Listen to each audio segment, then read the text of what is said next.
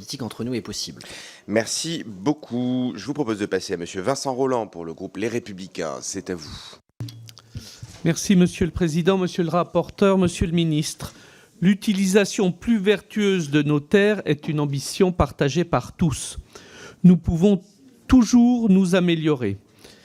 Mais de grâce, veillons à ne pas tomber dans l'incantatoire en votant des lois hors sol, c'est le cas de le dire, et en écartant un principe aussi fondamental que celui de réalité, sans qui la suite de nos débats conduirait à de nombreuses frustrations et déceptions de tous bords.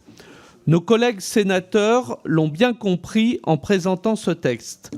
Fruit d'un travail mené de manière transpartisane des sénateurs LR aux sénateurs communistes et en réponse aux injonctions irréalisables votées sous le mandat précédent qui nous conduisaient à une logique de décroissance.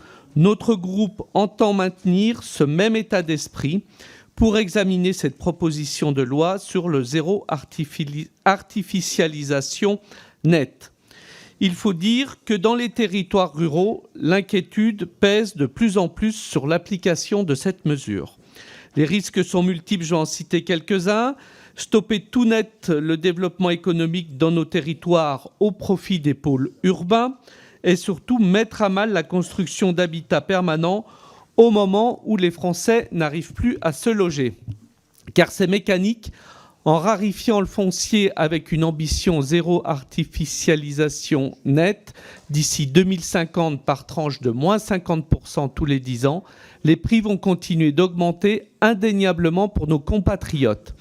La question est désormais de répartir l'effort territorialement sans que nos petites communes en pâtissent. Tout l'enjeu sera donc de préserver l'équilibre entre le développement rural et l'urbain. Des communes du littoral en passant par celles qui sont plus rurales, sans oublier évidemment celles des territoires de montagne auxquels vous attachez mon attachement, ces déclinaisons doivent prendre en compte nos spécificités afin de préserver leur attrait économique et touristique. Monsieur le ministre, vous connaissez notre état d'esprit.